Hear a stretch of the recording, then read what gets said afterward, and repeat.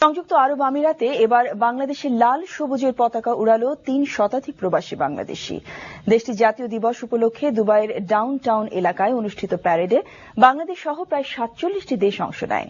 Dubai থেকে শিবলি আল সাদিকের পাঠানো তথ্য এবং গিয়াসউদ্দিন শিকদার ও শামসুর রহমানের ক্যামেরায় বিস্তারিত ডেস্ক রিপোর্টে। আমিরাতের জাতীয় দিবস উপলক্ষে ব্যাপক আয়োজনের অংশবিশেষ ছিল দুবাইয়ের এই প্যারেড। এই প্যারেডে প্রথমবারের মতো অংশ নেয় বাংলাদেশও। দেশের ঐতিহ্যবাহী নানা কারুকাজ সম্বলিত ব্যানার ফেস্টুন নিয়ে শত শত বাংলাদেশি প্রবাসী এতে অংশ নেন।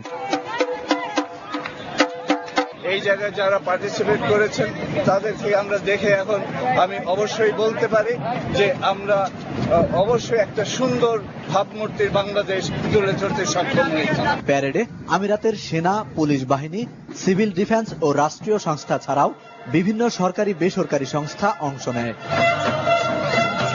বাংলাদেশের ভাবমূর্তির এখানে একটা বিরাট সংকট রয়েছে এবং আমরা চেষ্টা করছি আর কি যে এই ধরনের অনুষ্ঠান যে অনুষ্ঠানকে বাংলাদেশকে বাইরের জাতি বা এখানকার মানুষজন দেখবে এরকম অনুষ্ঠান বেশি বেশি আয়োজন করতে। এই র্যালি বাংলাদেশের ভাবমূর্তি ইউএর গভর্নমেন্টের কাছে অনেক উন্নত করবে এবং আমাদের সবকিছু বন্ধন খুলে দিবে।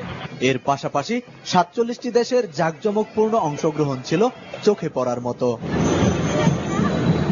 ২ ঘণ্টাব্যাপী এ আয়োজনে নানা দেশের পরিবেশনা মুগ্ধ করে সবাইকে। Abdur Razzak, NTV international desk.